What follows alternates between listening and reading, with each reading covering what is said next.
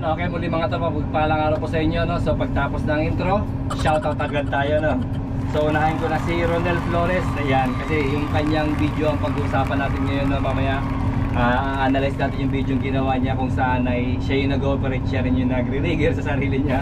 So nakakatuwa yung video na yun mga tol, para sa mga rigger, no? Lalo na sa mga rigger na nagpa-practice pa lang na gumamit ng radyo. So malaking advantage to. Pakinggan nyo lang ng paulit-ulit yung video niya kahit paano magkakaroon kayo ng idea, no? So shoutout ulit kay Ronel Flores at sa kay Jerome Cabañez. Shoutout ulit sa iyo tol. Si Jerome Cabañez tol yung may-ari ng Pakikipagsapalaran na channel. At yun nga ay siya ay kasama ko sa Nani? Andito pala yung boss ko.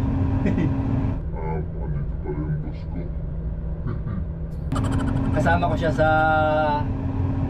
kabilang site sa Pililya, no? So isa rin siya magiting na operator ng crawler at saka raptor rin doon, no? So shoutout sa iyo Jerome Cabañez. At shoutout na rin kay Bonnie Lumapas. Yan. At shoutout kay Harisa Belia. Yan, shoutout sa inyo mga tol. So sila yung mga walang nakapanood ng video nitong huli. At umpisahan natin yung video ni Ronel Flores, no? So ito na. Okay, ngayon napakinggan natin yung video ni Ronel Flores, no? At check nyo na rin sa mga nagre-rigger dyan kung naintindihan nyo yung ibang operator kung kaya natin i-apply sa totoong senaryo, no? So mamaya subukan natin i-apply sa totoong senaryo yung kakulitan ni Ronel Flores. Okay, start play. Birada 1, 2, 3, 4, 5 birada tuloy. Down 1, galaw ng kaliwa, 2. 3 swimming, down 2, down 3 binabad, 5 birada tuloy. Tuloy sa 5 birada tuloy, down 3 binabad, tuloy 2 swimming. 2 swimming, 5 birada. Reduce 4 birada. 4 birada tuloy ang swimming, down 3 binabad. Tuloy down ni 3 para mabango. Tuloy lang ang pangangaliwa hanggat di pa nahuli. Tuloy lang ang 2 birada, 1 birada lang para tuloy ang down ni 3 binabad, 3 down ni 2 babae. Dami. Tag-isa tayo, isang babae, walang babae muna. Tuloy ang swimming. Sa mga nagpo-practice pa lang dyan mag-rigger, no? Lalo sa radyo, pakinggan nyo na ng pakinggan ng paulit-ulit yung video ni Sir Ronel Flores, no? So marami kayong matutunan dito. Kahit paano magkakaroon kayo ng idea, mamimemorize nyo na rin yan. So yun pa lang ang magandang starting para matuto mag-rigging gamit ang radyo. So tuloy natin. Nalalay lang, banayad, walang swimming sa wakali. Hinabol sa kanan. Kanang swimming, hinabulbol. Walang bulbul sa kanan, down 2 na lang. 1 down, walang boom. Ari 2 binabad, 2 babae. Isang babae akan na lang. Tuloy, 1 babae binabad, isang babae lang. Isang babae tuloy. Tuloy isang babae. Binabad, hinubad-hubad ang pang babae. Tuloy. Ayan na, lumapat na ang quit ni Mayang na madalang tabo. Hinggil ninday nagbasa. Okay, mga tol, yun, no? So i-analyze natin yung video yung ginawa niya. At ang masasabi ko nga ay okay, tip ko sa lahat ng mga rigger na gusto matuto gumamit ng radyo. So yung video ni Sir ay magandang ano rin yun, magandang impluensya na makakatulong sa atin sa pagre-rigging. Pakinggan nyo na ng paulit-ulit yung video niya at magkakaroon kayo ng mga idea, no? So tip number 1 ko para sa akin, as nag-uumpisa ka pala mag-rigger gamit ang radyo, mas maganda kailangan ay kailangan malinaw yung deliver mo ng boses mo, no? So ako kahit ganito ako bubulol-bulol ako, pero pagdating naman sa rigging kahit paano inaayos naman natin, no? So kailangan, ibig sabihin, naiintindihan, no? Detalyado, naiintindihan yung bawat sinasabi mo. Lalong-lalo na sa mga blind spot na hindi ka nakikita, dapat detalyado. Kung kailangan mo ng kaliwa, sabihin mo sa operator kung gaano kalayo ang distansya. Kasi mamaya nagpapaalalay ka ng kaliwa, alalay kaliwa. Yung pala, 10 metro pa pala yung kakaliwaan. Siyempre, hassle sa operator yun, no? May mga operator na nagagalit pag gano'n, no? So, kailangan detalyado. At kung mga nag-erection naman tayo, tulad ng mga ginagawa doon namin, nagpipittings kami ng tubo, medyo sensitive siya. Kailangan lang ng mga ganyan lang ang clearance, no? So huwag kang magsasabi ng area 1. Iba yung area 1 sa area pitik, no? lalo na kung tower crane ang gamit, kasi once na in-slot mo sa uno, medyo mabilis ang speed nun. So mas maganda dun yung nahati pa kasi yung speed nun eh, kaparas dito sa gamit kong crawler crane. Pag sinabing area 1, mabilis yun. Pero pag sinabi mong banayad, yung kumbaga yung hahatiin mo pa yung speed niya, na pwede mo pang hatiin sa kalahati yung speed niya, mas ganun ka detalyado. Alam ba, area pitik, area gamay, area banayad, yung konting-konti lang, no? Kung gagamit ka ng radyo, sigurado mo na dapat straight radyo lang. Pag magsisenyas ka, senyas lang. Hindi yung papalit-palit ka ng gagamit ka ng radyo, mamaya magsisenyas ka, mamaya magra-radyo ka. Kasi minsan sa operator, hindi na yan, pag nagra-radyo ka kasi yung operator, hindi na yan titingin sa'yo minsan eh. Kumbaga umasa na lang yan sa radyo mo eh. Ngayon bigla ka sisenyas, ano nga asahan mo, nakatingin sa'yo operator? Syempre hindi, no? Yun yung sa mga senaryo na tulad dito, mga ganito kalayo.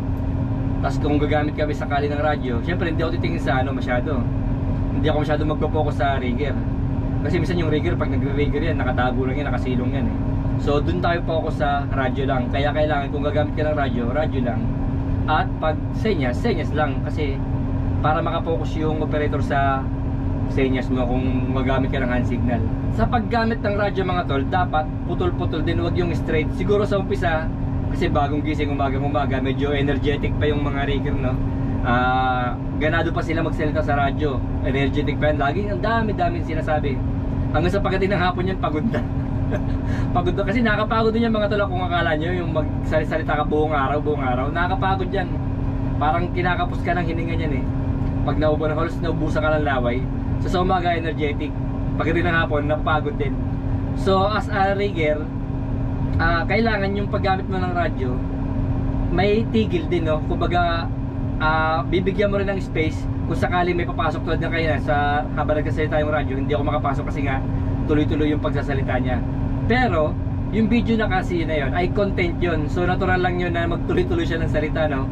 Kasi ang pangit naman gagawa ka ng video content tapos yung boses mo patigil-tigil. Pero sa actual na senaryo, pag nagano ka talaga, kailangan every 5 seconds patay radyo, and then update mo ulit. Wag naman yung mahabal na tigil na pagbira mo, bira 1, 2, 3, hablot, tigil ka muna, di ba? Tapos update mo rin siya, tuloy lang babad, patay ulit ang radyo, pindot ulit, sige tuloy lang babad, malapit na yung mga etc, ganun, no? So wag naman yung tuloy-tuloy na halos hindi mo nabitawan yung radyo, no? So wag ganun, kasi kawawa naman yung ano, hindi naman sa kawawa, no? Mahirapan pumasok yung gustong pumasok, lalo na kung may mga emergency, no? Halimbawa magsuswing ka, bigla ka may tatamaan, hindi siya makapasok sa radyo kasi nga hindi mo binibitawan yung radyo, no? So ganun po, no? Etong video na kasi na to, kaya tuloy-tuloy siya kasi is content for content to eh. Kaya okay lang, yung natural lang. So dapat ganun po tayo, no? And sa pagpindot ng radyo, kailangan mauuna yung pindot muna, no? Bago yung pagsasalita. Huwag mong pagsasabay na habang nagsasalita ka, pinipindot mo yung radyo, tapos mamaya hindi na makapasok yung iba. Tapos pag nagsasalita ka, hindi naman naintindihan ang boss mo kasi putol-putol. Yun po ang nangyayari. Kailangan advance muna yung pindot mo ng radyo. Siguro mga 1 seconds o 0.5 seconds. Basta mauna kang pumindot, no? Pag pindot mo, 1 second, 0.5 seconds, tsaka ka pala magsasalita. And then tapusin mo yung sinasabi mo, tsaka mo bibitawan. Kasi ang mangyayari niyan, pag pinagsabay mo yung salita mo at yung pindot mo ng radyo, putol-putol yung nakakarating sa signal ng operator. Imbes na bira 1, marinig na rin niya rauno, yados, bay. Parang ganun, putol-putol, no? So dapat una pindot ng konti, mga 0.5 seconds, 1 seconds, tsaka ka magsasalita para yung signal is clear, buo lahat ng gusto mong sabihin na makakarating sa operator, no? So yun po ang tamang paggamit ng radyo at kung paano mag radio signal. At pagdating naman sa pagkatao natin, no? So syempre hindi naman lahat pag nagsasalita may kakengko yan. Lalo yung mga kabataan, nagchokengko yung magsalita yan. Yung iba magagaling mag-rap, baka nagra-rap pa yan habang nagra-radyo. So hindi naman talaga kailangan yan, no? Depende na yan sa pagkatao natin. Meron naman tao na medyo mahiyain, ayos lang yon. Basta ang importante ay yung pag nagra-radyo ka ay detalyado, no? So sasabihin mo sa operator kung ano yung nangyayari sa baba, no? Lalo na kung hindi kanya nakikita. Kumbaga i-picture out mo sa operator kung ano yung nangyayari dyan sa baba, no? Halimbawa stop muna kasi may tatamaan sa kaliwa. Kahit pa paano, nai-imagine ng operator yung kung ano nangyayari. Tapos iwasan din natin yung paulit-ulit na parang lagi ka nakakaipit. Halimbawang swing kaliwa. Stop. Yan. Kasi parang ang dati kasi parang nakaipit ka. Tama na yung mga isang stop, dalawang stop, gano'n lang na paulit-ulit. Pero ako paulit-ulit din magsalita. Tapos pag hingi ng tambay, ay mga isang tambay lang, dalawang tambay, halimbawang swing, opya tambay. Tambay. Gano'n lang. Huwag naman yung tambay. Kasi parang ano yun eh, parang ang dating nakaipit eh. Ang ginagawa kasi minsan ng operator niyan, pag parang feeling niya nakaipit siya, nire-reverse ulit. Kung kaliwa, ibinabalik niya agad sa kanan. Kung boom down, binabungap niya ulit. Kung area, inaangat niya ulit. Kasi baka mamaya, emergency yun na hindi agad nakapag-react yung rigger, no? So, iwasan natin yung mga ganong paulit-ulit. Kahit na ako minsan paulit-ulit magsalita, pero pag nag-rigging naman tayo, medyo inaayos naman natin.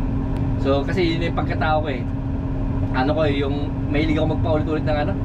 Minsan, ilang beses ko nasabi yung mga letra, no? So, meron ako sakit ng parang mali-mali.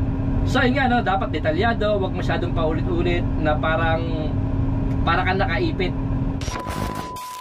Okay mga tol, hanggang sa muli, doon na lang muna tayo. At mga tol, maraming salamat sa video mo, Sir Ronald Flores. At sana may natutunan kayo sa video na to kahit konti. See you next vlog. Huwag nyo palang kalimutan mag-subscribe mga tol, ha? Baka may tagal na natin nag-isama rito, hindi pa kayo nakapag-subscribe. Hindi nyo makikita yung mga susunod na video yung gagawin ko. Okay? Thank you, bye bye. Down.